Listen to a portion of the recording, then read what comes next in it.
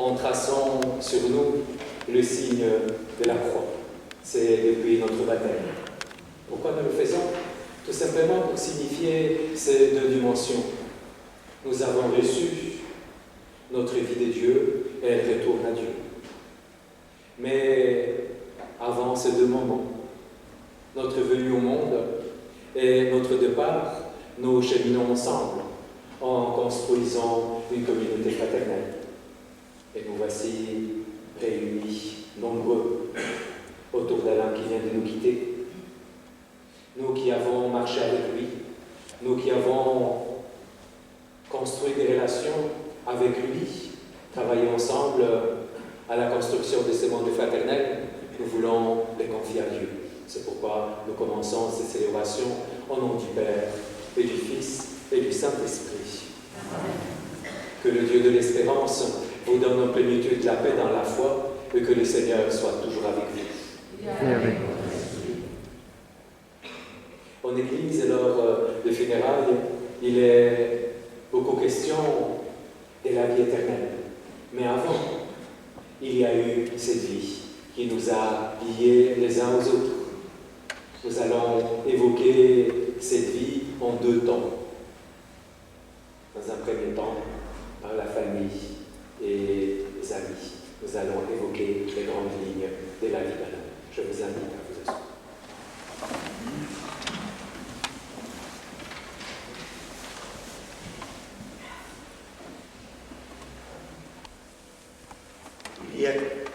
Il y a 4 jours, en pleine nuit, la famille Soudan a cru que le monde s'effondrait autour d'eux. L'impensable malheur arrive, aussi imprévisible et brutalement, et sans crier gare.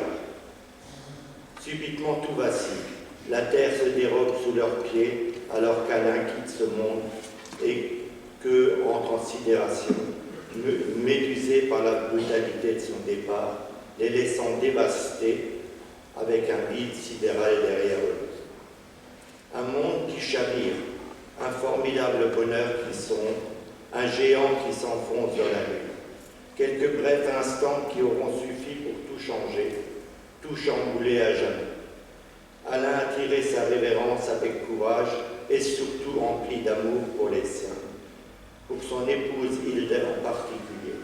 Il aura la force, dans un dernier soupir, de lui crier son amour éternel par ces quelques mots « Je t'aime, je t'ai toujours aimé ». Puis s'éteindra avant de partir vers l'au-delà. Il avait 76 ans. Pour qui l'a connu, un géant au cœur grand comme un aérogare, réceptif à tous ceux qui allaient vers lui, conseillant tous ceux qui partaient vers d'autres chemins. Aucun mot, quelle que soit sa puissance, ne peut apaiser l'affreuse souffrance qui vient de s'installer. Une harmonie et un univers de douceur viennent de s'écrouler en l'espace de quelques brefs instants, laissant derrière lui la désolation, l'incompréhension et le chagrin. Mais qui donc était cet homme? C'est sans doute dans les sillons de ses origines marnaises à Saint-Souplé-sur-Pie, où Alain est né le 22 juin 1945 et où il a vraisemblablement acquis ses nobles qualités humaines. Dernier d'une fratrie de 5 enfants, il a travaillé dès son jeune âge dans la ferme familiale. Pour l'anecdote, il lui arrivait de conduire de temps à autre un tracteur avec des cales aux pieds afin d'atteindre les pédales. Bientôt, les travaux agricoles n'auront plus de secret pour lui, développant un amour inconditionnel pour la nature et les animaux. Qualité qu'il gardera toute sa vie, tout en développant d'autres, tout aussi essentielles, telles que son sens de l'ordre, de la droiture, de la justice et de la bienveillance.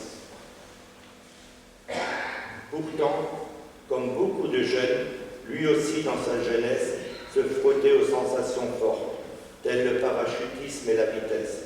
Il possédait tous les permis de conduire, terre et mer, prêt, comme un baroudeur, à s'en sortir de toutes les situations.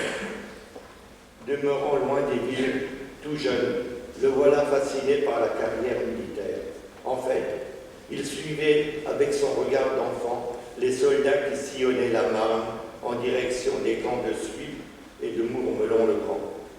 Les rêves battaient le plein dans sa tête.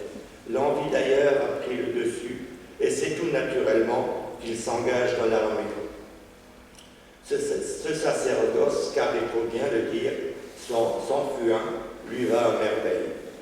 D'autres hommes, d'autres rencontres, d'autres paysages, les années s'enchaînent jusqu'à la fin de sa carrière militaire, où il va agrandir sa famille virtuelle par un nombre impressionnant d'indéfectibles frères d'armes, qui répondent présents en toutes circonstances. Même lorsqu'il est à la retraite, frère d'armes, mais aussi et surtout frère de cœur. Jamais qualificatif de force tranquille n'aura scié aussi bien un homme.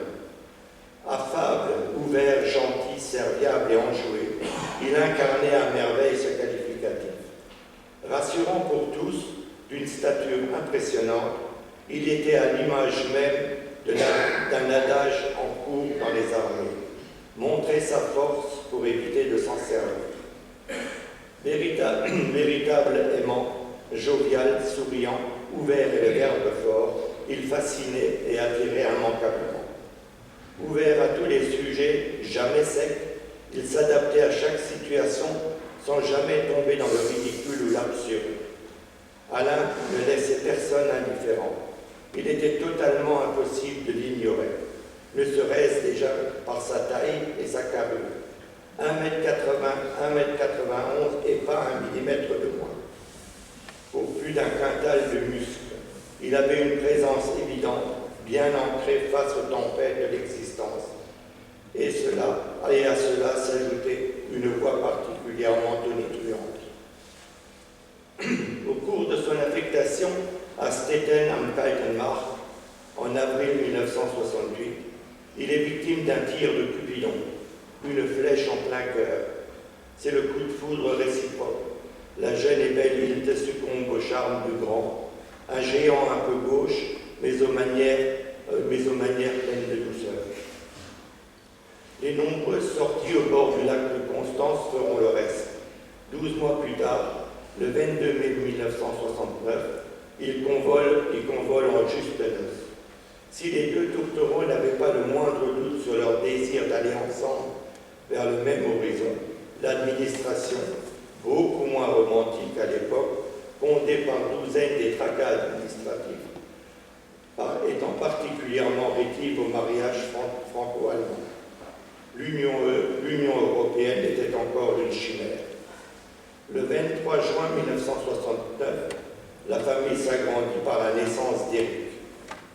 11 ans plus tard, le 1er mai, c'est le tour de Catherine de prendre place parmi eux. Une arrivée généreusement arrosée, au point qu'elle restera gravée dans les mémoires des convives 41 ans après. Par ailleurs, les Soudans, fidèles au lieu de leurs amours débutants, retourneront toujours au lac de Constance, se remémorant les lieux qu'ils fréquentaient étant jeunes mariés. Pour nous tous et surtout pour sa famille, il a incarné la sécurité, la solidité d'un roc face aux événements, offrant un abri sûr à ceux qui l'aimaient. Ce valeureux guerrier hors du commun encensait son épouse, sa véritable égérie, mais aussi son bouclier, le rendant invincible grâce à leur amour sans faille. Amour que les enfants cimenteront encore davantage. D'autres, plus pragmatiques, diront « Alain, c'était le bateau amiral, mais il est resté le gouvernail ». Connu comme le loup blanc pour son sens du partage et la valeur qu'il attribuait à l'amitié, il adorait écouter Brel et Saron et cultivait une admiration pour le général de Gaulle.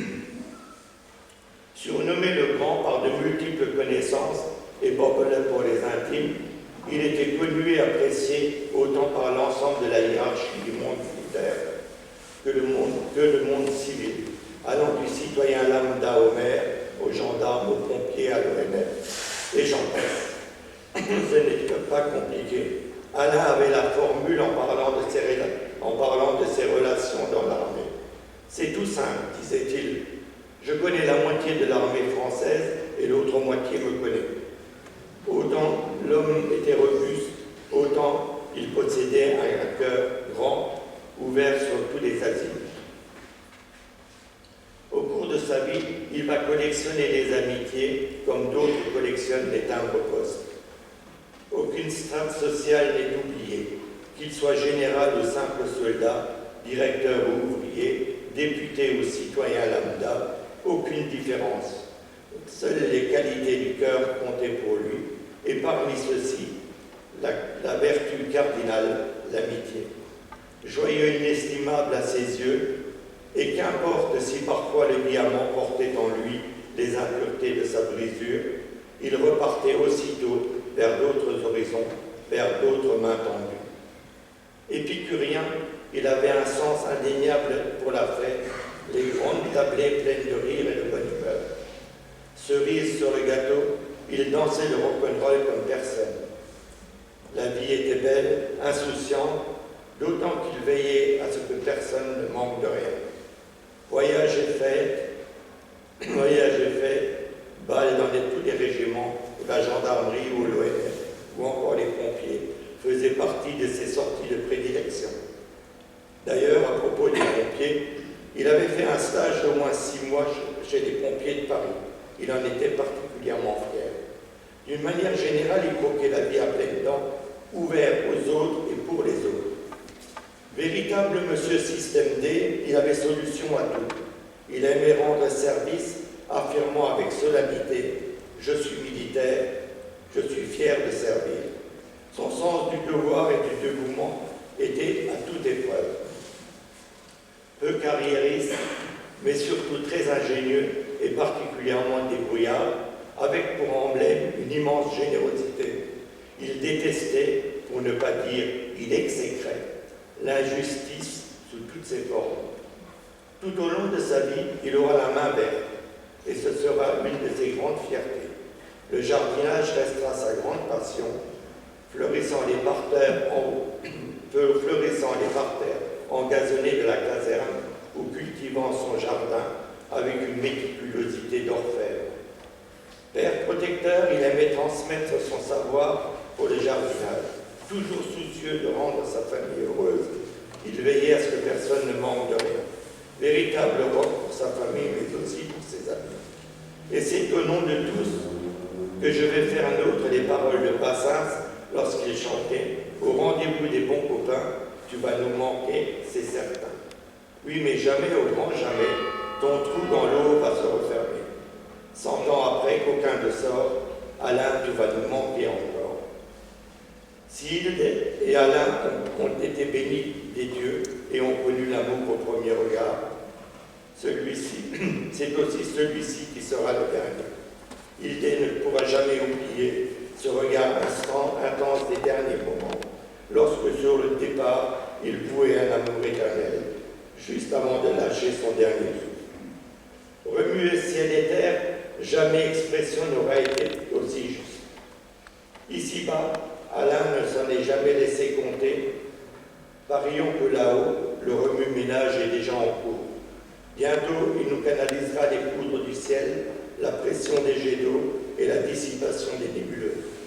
Touche à tout, pompier par passion, militaire dans l'âme, Alain aura vite fait de calmer les velléités des petits diables qui nous pourrissent l'accès au paradis. La nuit, à ne point en douter, il trouvera vite à intégrer une équipe de joyeux lurons. Bientôt, comme ici-bas, il pourra tenter de gagner un concours d'œufs, comme à Suif en 86, où il a bien failli s'étouffer en les avalant. Ou encore, comme bien plus tard, dans les années 2000, on l'avait applaudi sur la grande scène, où en tutu, avec 2 autres amis, il s'était lancé dans une interprétation approximative de Casse-Noisette de Tchaïkovski. Sûr que là-haut, il fera rire aux éclats le bon Dieu, ses saints et ses anges, entourés d'une multitude d'âmes en paix, applaudissant sous une myriade d'étoiles. Car à ne point en douter, là-haut, Alain aura toujours des réflexes militaires. À parier qu'il est déjà installé dans un nuage humilié et molletonné, les bras grands ouverts, prêts à accueillir ceux qui au fil du temps viendront le rejoindre. Rien ne presse prescrit-il, et surtout pas tous à la fois. D'une fidélité absolue envers sa famille et ses amis, il a toujours été une planche de salut au milieu de l'océan, une oasis de paix dans le désert. Mais aucune raison que là-haut, il ne poursuive pas sur sa lancée. Parti en précurseur, pour sûr qu'il prépare déjà le casernement dans lequel nous pourrons nous installer à notre arrivée. Et pour finir, je m'approprie quelques vers d'une chanson de Jean-Jacques Goldman. Garde cette espérance que nous t'envions en silence, cette force de penser que le plus beau reste à venir et loin de nos villes, comme d'octobre l'est d'avril. Sache qu'ici reste de toi comme une empreinte indélébile. Salut Alain. Famille des enfants de Dieu, amis les uns des autres, comme Alain l'a voulu, nous voulons à présent nous tourner vers Dieu, nous confier les uns les autres, confier à la miséricorde du Seigneur. Je vous invite à prier.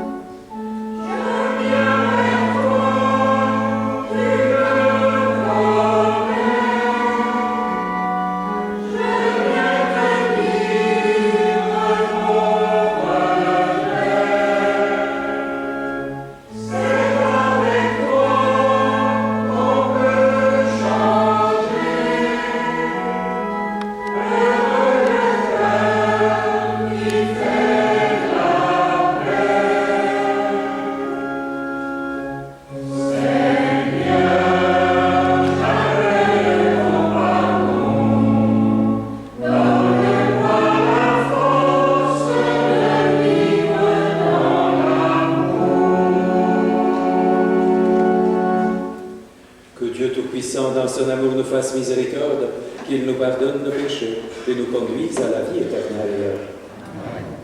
Prions le Seigneur. Seigneur, tu as permis que celui-là même qui vient de nous quitter soit aujourd'hui celui qui nous rassemble. Nous étions dispersés par notre travail, nos occupations, nous les avons laissés pour nous unir à la peine des autres. Tu as vécu toi-même notre condition d'homme, ouvre nos cœurs à la lumière de ton message. Au témoignage de ton amour pour tous les hommes, conduis-nous ainsi plus près de toi, qui es vivant maintenant et pour les siècles des siècles. Amen.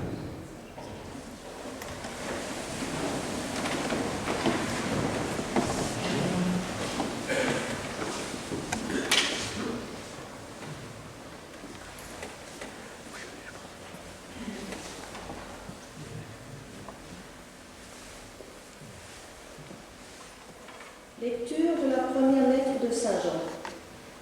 Bien-aimés, voyez quel grand amour nous a donné le Père pour que nous soyons appelés enfants de Dieu, et nous le sommes. Voici pourquoi le monde ne nous connaît pas, c'est qu'il n'a pas connu Dieu. Bien-aimés, dès maintenant nous sommes enfants de Dieu, mais ce que nous serons n'a pas encore été manifesté.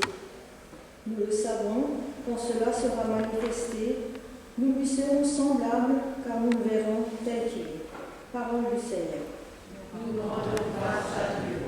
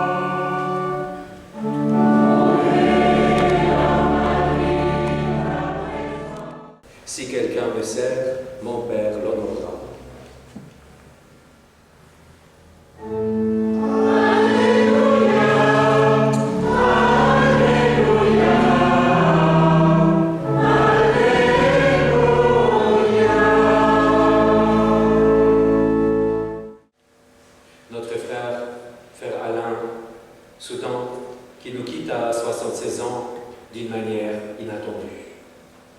Nous ne pouvions pas imaginer que la mort nous séparera de lui si vite. Cette célébration voudrait nous aider à vivre ces deuils inattendus courageusement. Ce qui nous rassemble cet après-midi, ce n'est pas seulement le souvenir d'un homme que vous avez aimé, mais aussi la trace laissée en vous par cette vie dont nous avons évoqué quelques grandes lignes au début de la célébration, par ce qui va être évoqué à la fin de la célébration. La vie d'Alain était marquée par l'amour, le service et le constant dépassement des soi. Il était droit, généreux dans sa manière d'être, très présent aux autres et surtout heureux de vivre. Dès son plus jeune âge, il était fasciné par une carrière militaire. C'est ainsi que tout naturellement, il s'engagea dans l'armée. De choisir le chemin d'engagement, c'est choisir une route difficile. Mais ceux qui aiment la montagne savent que lorsque nous aimons aller vers les sommets, que ce n'est pas parce qu'une route est difficile que ce n'est pas pour autant une bonne et belle route. Il faut apprendre patiemment à se dépasser, à repousser ses propres limites, se découvrir pour devenir ce que nous sommes vraiment. Certains qui ne connaissent rien à l'armée imaginent qu'un soldat s'engage pour faire du sport ou pour voyager. Non. Un soldat s'engage pour servir, pour apprendre, pour se dépasser, pour donner sa vie. Sa vie, Alain l'a reçue de sa première famille. Je parle bien d'une première famille, car ensuite, il a découvert encore sa deuxième famille, la grande famille militaire. Sans rien enlever à la première, ce sont deux réalités qui cohabitent. Et c'est pour cela que ces deux familles qui sont réunies cet après-midi.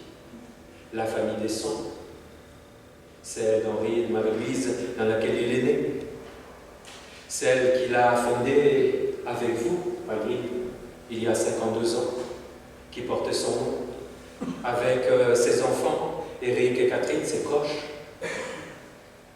et son autre famille, ses camarades d'armes, ceux qui ont connu Alain dans ses missions, ceux qui sont devenus sous œuvre avec lui, les camarades des anciens, les anciens combattants, les porte-drapeaux. Cette grande famille qui est représentée ici pour entourer un de leurs. Et nous sommes réunis ici pour confier cette vie qui s'est déroulée au milieu de nous, cette vie pleine de générosité et de dépassement, la confier au Seigneur. Nous qui avons fait un bout de chemin avec Alain dans la vie, nous voulons la confier à présent à Dieu. La parole de Dieu que nous avons accueillie ensemble vient nous donner un appui à poursuivre la réflexion au milieu de ce deuil que nous vivons aujourd'hui. L'exemple qui est présenté du grain de blé déposé en terre reste seul, mourant à sa condition première pour devenir autre chose, ressemble justement à une vie humaine généreuse, une vie donnée. À cet égard, la nature nous interpelle grandement, à condition qu'on se donne la peine de la contempler. vitesse, le grain de blé est doté d'un potentiel extraordinaire, car il renferme la vie qui s'épanouira en dépit. La mort nous rappelle aussi que le Seigneur vient donner un sens à notre vie humaine, qui nous permet de passer de notre univers mortel au monde immortel, à une vie éternelle. Si le grain de blé déposé en terre ne meurt pas, dit le texte d'Évangile, il reste seul, mais s'il meurt, il porte beaucoup de fruits. Un texte qui nous rappelle, en fait, que la mort débouche toujours sur la vie, que la mort est une condition essentielle de la vraie vie. Ce qu'un écrivain québécois rappelait dans ces textes que vous connaissez peut-être, c'est que je trouve, disait-il, beau dans le destin humain, malgré sa apparente cruauté, ce que pour moi, mourir, ce n'est pas finir. C'est continuer autrement. Et il ajoutait, un être humain qui s'éteint, ce n'est pas un mortel qui finit, mais c'est un immortel qui commence. Ce que le poète Tagore dirait autrement, mourir, ce n'est pas éteindre la lumière, c'est éteindre une lampe, parce que le jour s'est levé. L'Évangile est une invitation, un appel à accueillir notre vie comme un cheminement vers la vie avec un grand V. La vie d'Alain au milieu de nous s'est arrêtée d'une manière inattendue. Aujourd'hui, quand nos mains ne peuvent plus rien pour lui, nous les remettons entre les mains de plus fort que nous. Alain a été, il est, il demeure, dans les mains de celui qui tient déjà ce qui nous a échappé, le Dieu de temps et de l'éternité, passerelle entre fini et infini. En ses mains, la vie de notre frère Alain reçoit sa véritable dimension.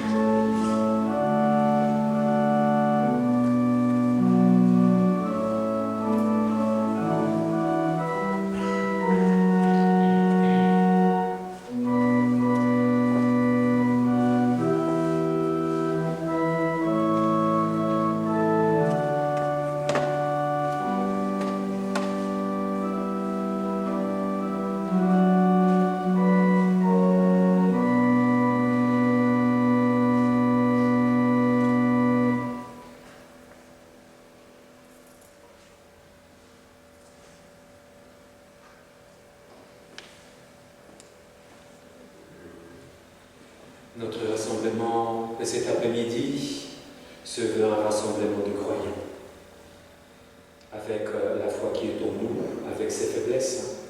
Nous voulons nous tourner vers Dieu, lui demander qu'il nous aide à grandir dans la foi.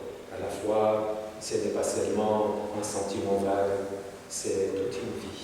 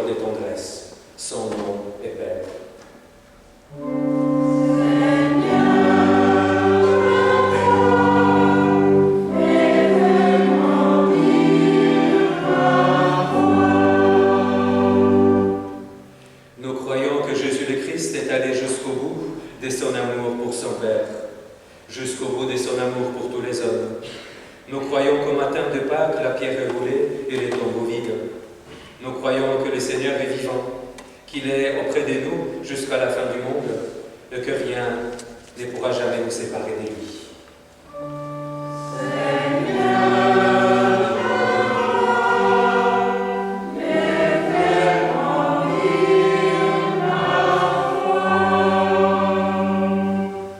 Nous croyons au souffle de l'Esprit qui fait revivre les terres desséchées.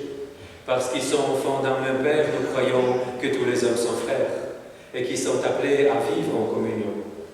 Nous croyons en l'Église, emportée par le vent de Pentecôte, pour être dans le monde entier témoins de la bonne nouvelle.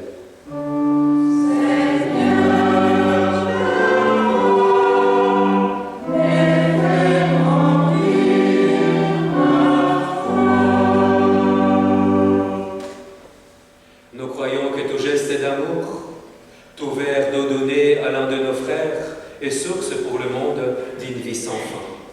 Nous croyons qu'il n'est de vie que partagée, offerte, et que notre vie livrée à l'exemple de celle de Jésus s'ouvre sur l'éternité de Dieu.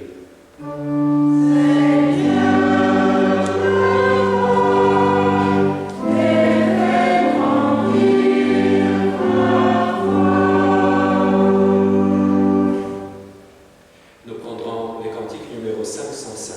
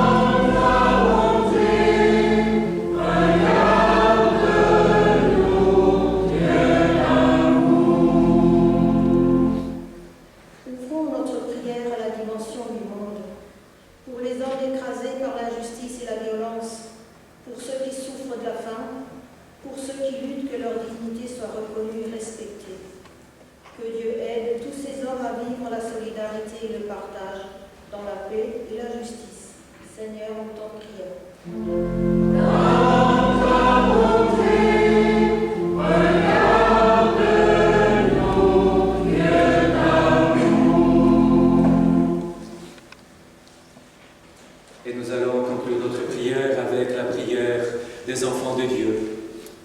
Nous allons demander au Seigneur ensemble que son règne d'amour soit présent dans nos vies, présent dans notre monde, que le pain nous soit à tous partagé, que le pardon de Dieu soit la réponse à nos pardons mutuels. Demandons cela en disant « Notre Père, qui es aux cieux, que ton nom soit sanctifié, que ton règne vienne, que ta volonté soit faite sur la terre comme au ciel. Donne-nous aujourd'hui notre pain de ce jour. Pardonne-nous nos offenses, comme nous pardonnons aussi à ceux qui nous ont offensés. Et ne nous laisse pas entrer en tentation, mais délivre-nous du mal. Car c'est à toi qu'appartiennent le règne et la puissance et la gloire pour les siècles Avant de nous séparer, nous allons dire ensemble un dernier adieu à notre frère Alain. Avec respect et affection, confions-les à Dieu dans l'espérance de nous retrouver un jour. Recueillons-nous en pensant à tout ce que nous avons vécu avec lui, à ce qu'il est pour nous, à ce qu'il est pour Dieu.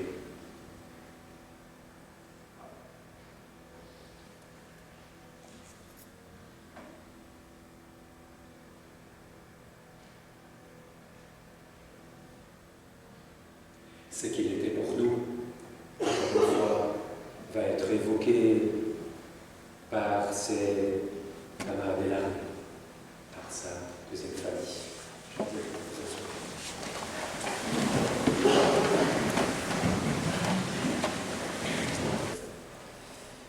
Beaucoup de choses ont déjà été dites, et au train de répéter ce qui a été dit, je vais quand même en quelques minutes essayer de modestement faire ressortir les qualités militaires de l'adjudant-chef Alain Soudan, parce que pour moi ça a toujours été l'adjudant-chef Alain Soudan. Au travers d'événements et d'anecdotes vécus par les uns et les autres, par notre famille militaire, dont beaucoup sont là aujourd'hui, et qui ont été rapportés par ses anciens chefs de corps tout au long de sa carrière. Ça a commencé le 1er avril 1964, où parmi une trentaine de jeunes bleus de la promotion d'élèves sous-officiers d'active, qui portait le numéro 23, émergeait un grand gaillard au verbe haut et facile. Il prenait naturellement l'ascendant sur ses camarades. Il s'appelait Alain Soudan. Il tissa rapidement des liens avec ses camarades de la promotion précédente, dont un de ses camarades, Alain Cabirol, est présent ici, qui était arrivé en octobre 63, et pendant les 6 mois pendant lesquels les promotions se sont côtoyées, il a fait l'unanimité au niveau camaraderie. À la fin de leur formation respective, les uns et les autres sont partis, chacun vers leur régiment. Alain et Arnaud Cabirol sont allés vivre leur carrière de sous-officier. Alain, spécialiste radar, a choisi le 32e ERA à Mülheim, en Allemagne. Affecté à la BCAD, il a servi les radars de surveillance sol-sol, du sol, et anti-mortier Q4 et Q10. Alors Q4 et Q10 n'ayant rien à voir ni avec les ODI, ni avec la crème anti-âge, évidemment. Qui n'ont rien à voir avec les ODI donc. Et parallèlement, il a poursuivi sa formation de radar et sa qualification radar à Pontoise, et là a obtenu l'échelle 4. Ça parle aux militaires. Pour les non-initiés, l'échelle 4 est une échelle de sol, donc une promotion.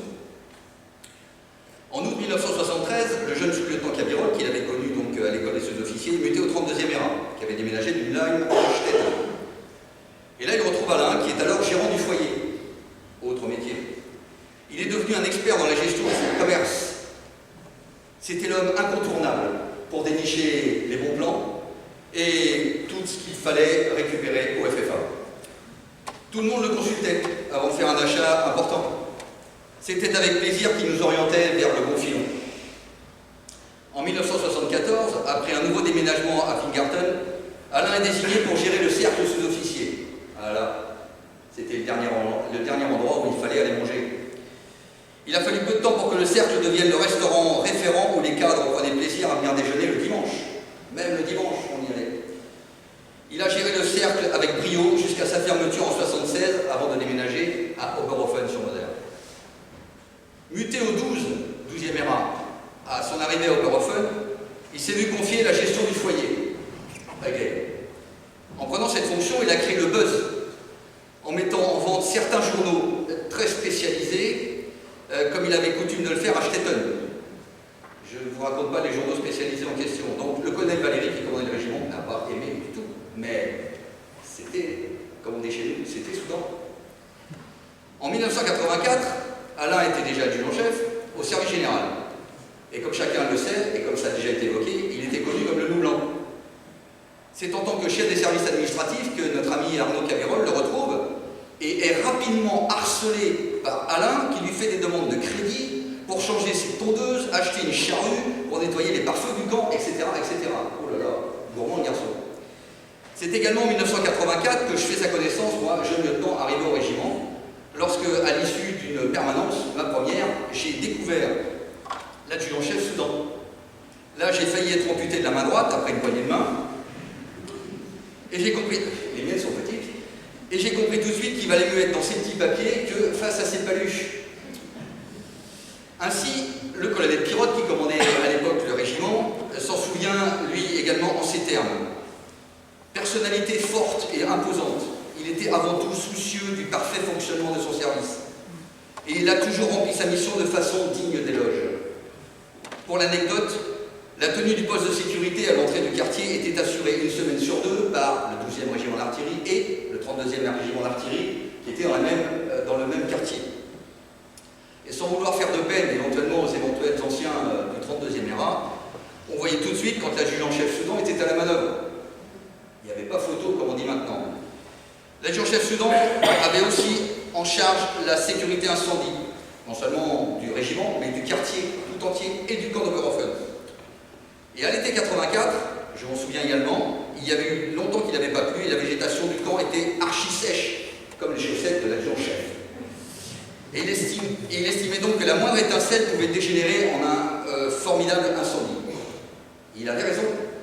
Il avait raison, à tel point qu'un feu de bûcheron mal éteint, en limite de camp, et un bon vent de nord-est ont déclenché un incendie dont la colonne de fumée, épaisse et noire, s'est vue jusqu'à Strasbourg.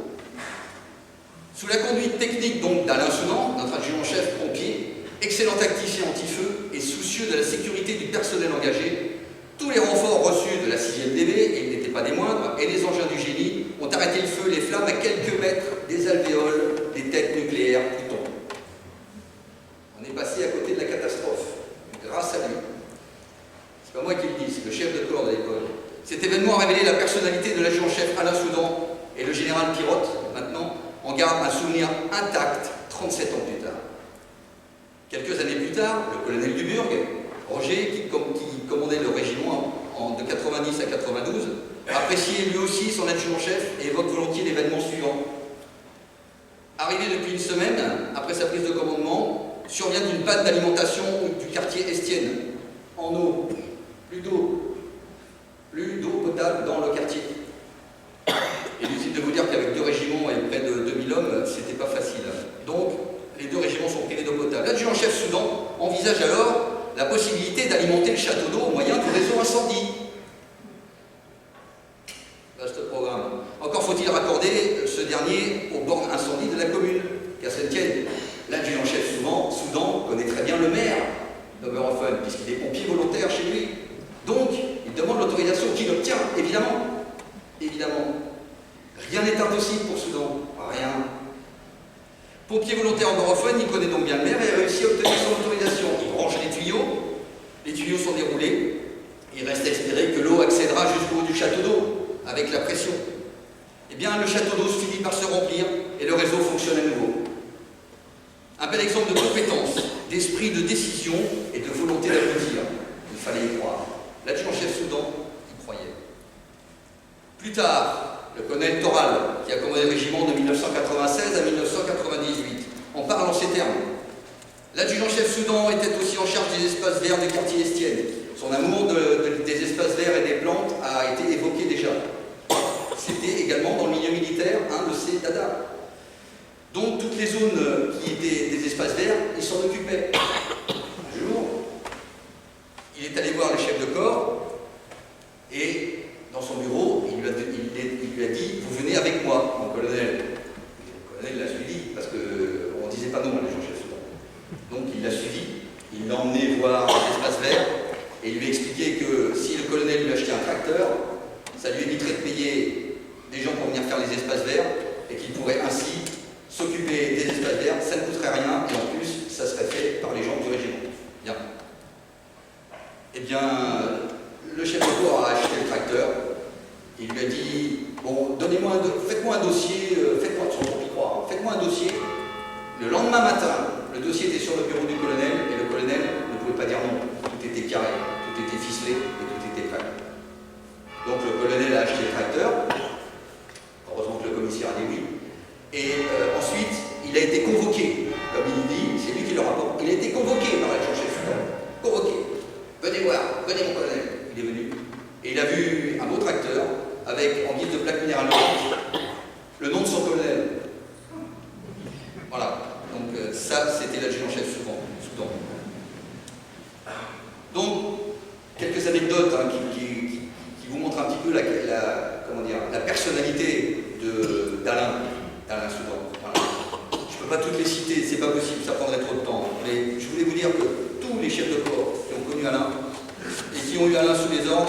sous leurs ordres en garde un souvenir ému et mémorable. Il était dévoué, fidèle, et il avait une personnalité très affirmée. Ça, je pense que personne n'en doute. Il avait le sens de l'humain, et pour reprendre les termes du colonel Max, qui a commandé de 1994 à 1996, en ces termes, il dit « Un fidèle compagnon s'en va ». C'est un peu du vécu des chefs de corps qui s'en va avec lui. Et c'est en même temps la page du souvenir qui bascule avec émotion dans celle de la mémoire. L'adjudant-chef Soudan est titulaire de la médaille de bronze de la Défense nationale et de la médaille militaire promotion avril 1994. Je terminerai enfin en disant que lui, en tant que membre de notre amicale, l'amicale des anciens du 12e ERA et des artilleurs, en copain, en ami, sincèrement, est toujours venu prêter main forte. Il nous a aidés. Quand on a mis en place la nouvelle salle qui nous est prêtée par la mairie d'Oberhofen, gracieusement, il est venu pour nous aider à monter les armoires, à préparer la salle, à mettre en œuvre tout ça. Il était là.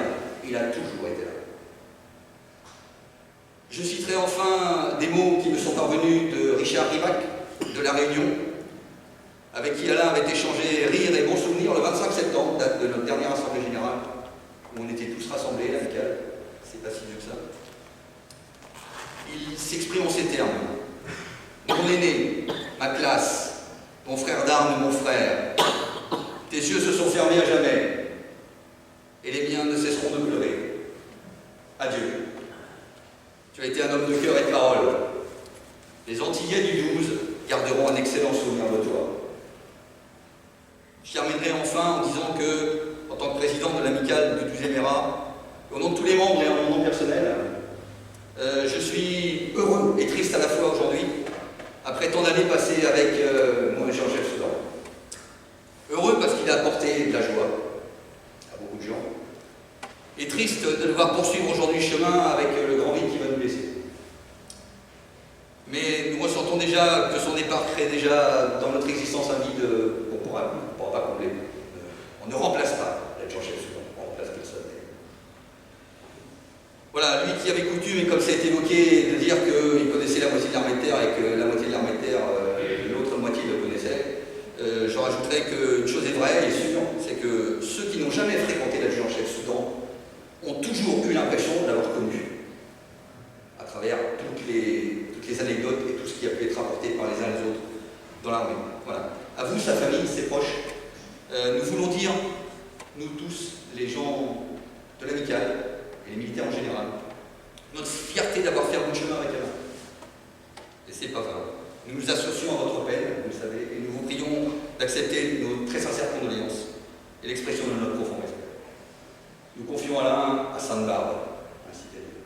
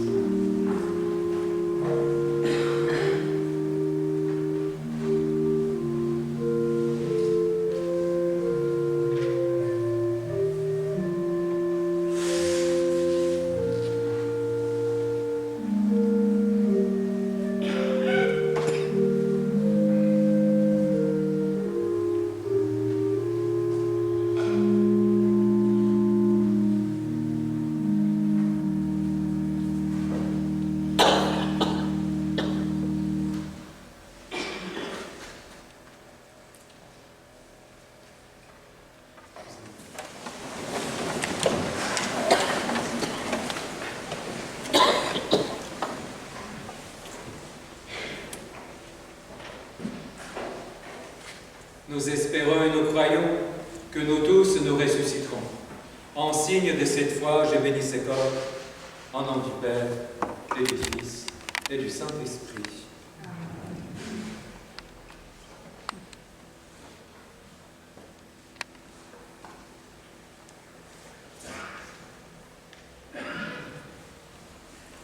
Dieu notre Père, nous sommes venus dire adieu à notre frère Alain Soudan.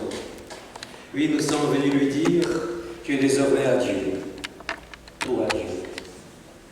Tu l'avais confié à Henri et Marie-Louise et ses parents, pour qu'il l'aide à grandir, pour qu'il les tourne vers toi. À chaque fois qu'il a aimé, il s'est approché de toi. Adieu. Tu l'avais confié à Reinhild, avec qui il a fait alliance.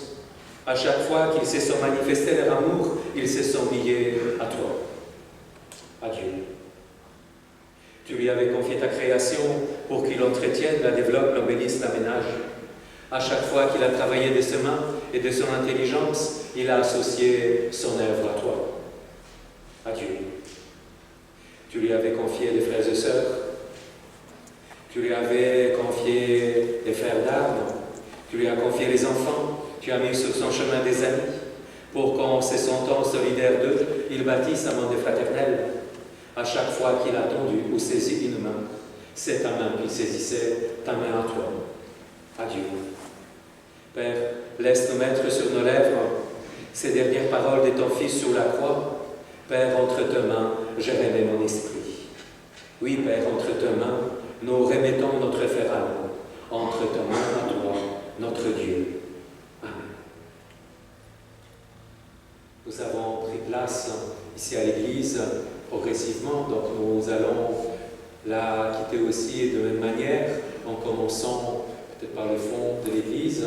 Restera juste la famille la plus proche avec le porte-drapeau. Nous suivrons ensuite, tout simplement, nous nous donnons rendez-vous donc sur le parvis de l'Église, encore pour un moment de recueil. Le Seigneur soit avec vous. Que Dieu Tout-Puissant vous bénisse, le Père, le Fils et le Saint-Esprit. Que toute marque d'affection, tout geste d'amitié que vous donnerez soit pour vous signe de cette paix qu'ensemble nous avons cherchée. Alors, dans la paix du Seigneur. Nous rendons grâce à Dieu. Comme chant final, nous prendrons le chant 1004. Nous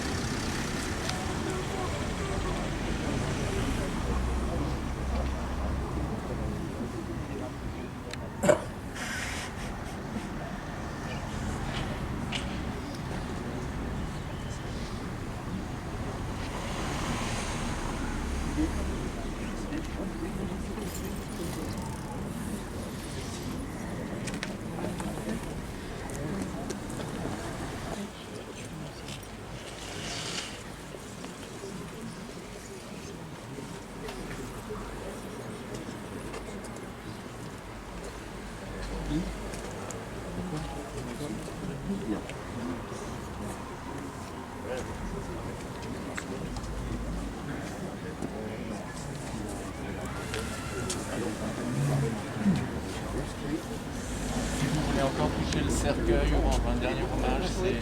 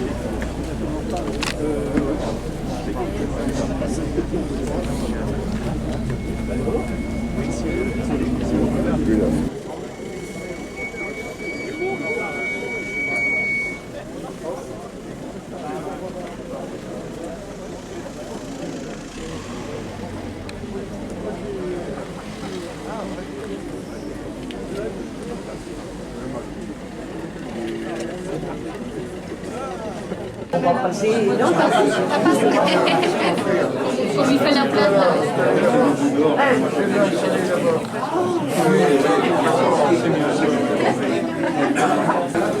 Et je pense que vous avez vraiment fait le travail pour honorer sa mémoire. Franchement, bravo. Tant mieux si j'ai réussi parce que c'était pas simple, mais enfin, voilà. Tant mieux si je m'en suis acquitté parce que voilà. Pour nous, c'est ce qu'il représentait.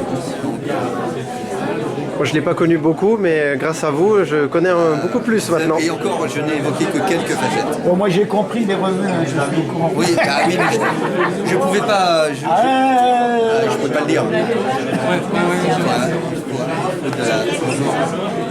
Je me suis croisé mon papa, Jérôme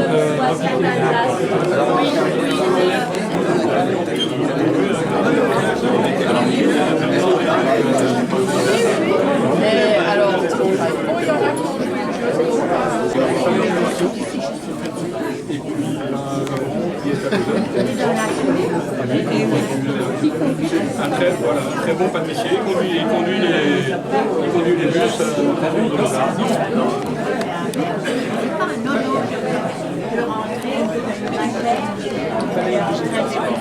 On va prendre un petit peu de votre temps juste pour quelques mots. Maintenant qu'on est tous rassemblés ici, j'aurais aimé pour la famille Soudan, notamment aussi pour Alain, déjà remercier la famille Soudan pour cette magnifique cérémonie en la mémoire d'Alain. Et maintenant qu'on est tous réunis ici, c'est que vous êtes tous famille, amis proches. Et je propose qu'on puisse lever notre verre à la famille Soudan et surtout à la mémoire d'Alain. Au meilleur, au géant.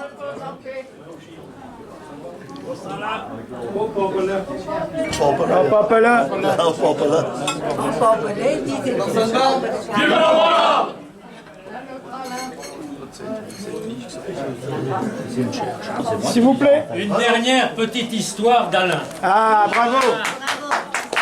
Qui remonte à une semaine. Mon fils tombe en panne à Oberhofen. Il habite Ilkirch. Il me téléphone. J'étais dans les Pyrénées. Et il me dit, ben, je vais emmener ma voiture au garage. Je lui dis non. Téléphone à Alain Soudan. Il t'indiquera au moins un garage. Il lui téléphone. Alain Soudan, au téléphone, essaie d'apporter un diagnostic.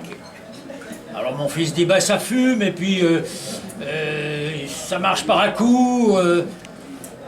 Alors Alain lui dit, écoute, passe la première, essaie de marcher à fond, peut-être que ça va décalaminer ton moteur. Aussitôt dit, aussitôt fait. Miracle, ça marche. Mon fils téléphone à la Soudan, lui dit « Ben, je suis désolé, mais ça marche. » Alain lui dit « Bon, t'affole pas, il y a toujours le voyant rouge. Je te rappelle ce soir. » Alain le rappelle le soir, pour lui demander comment ça se passait. Non seulement il l'appelle le soir, mais il le rappelle le lendemain, pour lui dire « Est-ce que ça marche toujours ?» Il lui dit « Oui. » C'est une petite histoire banale, mais qui reflète notre Alain national.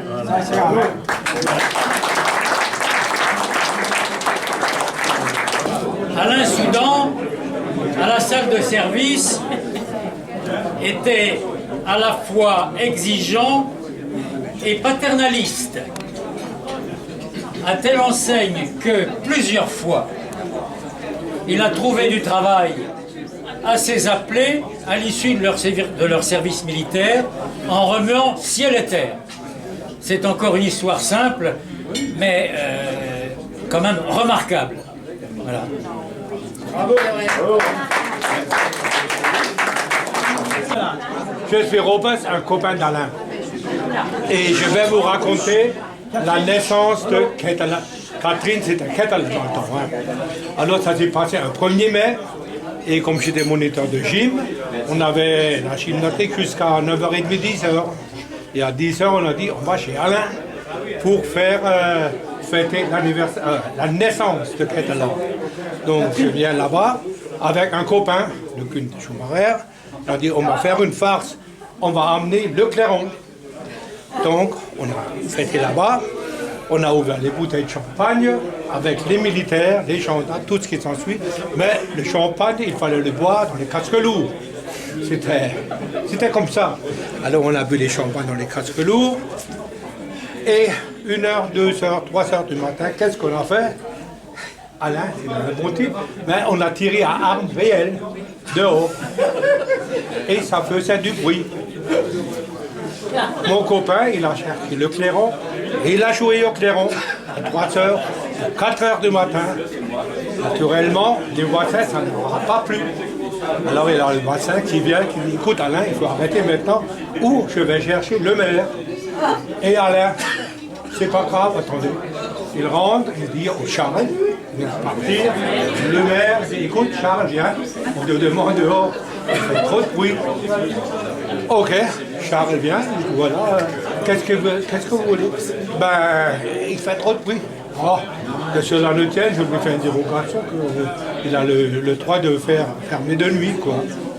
Ok, on continue la Shabbat.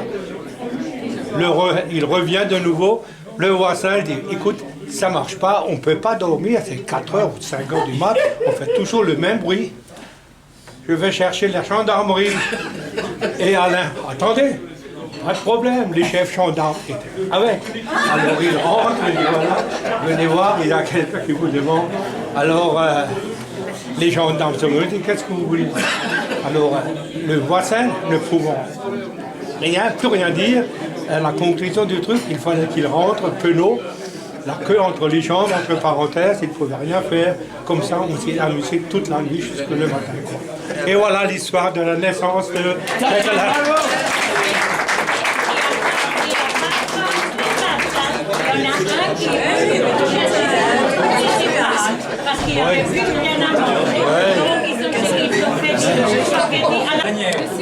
Une petite dernière pour la route. Allez, une petite dernière pour la route. Tout le monde sait que Alain était pompier au régiment et il était responsable de la sécurité incendie du camp d'Oberhofen. Aussi, à sa grande surprise, au mois de juin, en pleine chaleur, un de ses sbires vient lui rendre compte qu'on faisait du feu dans le camp d'Oberhofen. Les poils de ses bras se hérissent, il prend la Jeep et il va voir ce qui se passe. C'était, je dois faire preuve de prudence, de discrétion, mais c'était une partie de l'état-major de Strasbourg qui faisait une petite partie brochette, avec les barbecues, etc., etc. Le père Soudan fait demi-tour. Oui, d'abord il les met en garde, il dit, vous savez que c'est interdit, remballez-moi tout ça, vous n'avez pas à faire le feu, c'est interdit dans le camp, surtout à cette période de l'année. Il continue. Le père Soudan revient au quartier, sonne l'alerte à ses pompiers, et avec le camion citerne, direction le camp d'Oberhofen. Et il dit à ses gars, tenez-vous prêts. Et une dernière fois, l'adjudant-chef Soudan s'adresse à la compagnie et dit « Je vous prie d'éteindre vos barbecues ». Moi je dis barbecue parce que vous savez que on disait dans le temps, on met un bœuf de la barbe au cul. Et les Anglais nous ont piqué la formule en disant barbecue. Alors moi je dis toujours barbecue. Et alors, rien ne se passe.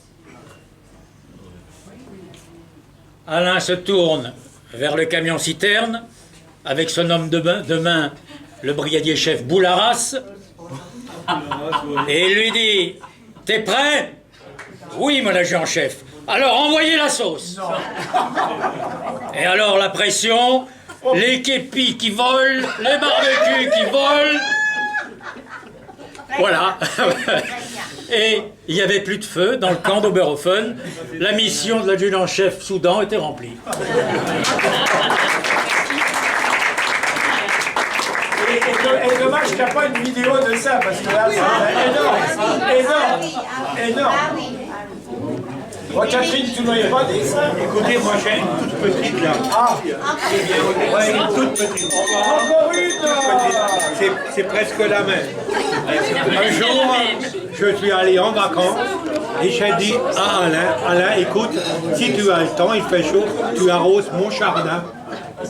Ben, mon jardin, c'est ce qu'il a fait avec mon. Il a pris le camion citerne et il a allé sur la route et il a dit à ses soldats ou à ses... Ouais, vous êtes prêts? Oui, arroser ce jardin-là et puis de la route, il a arrosé mon jardin avec le camion citerne. Et voilà. Non, véridique.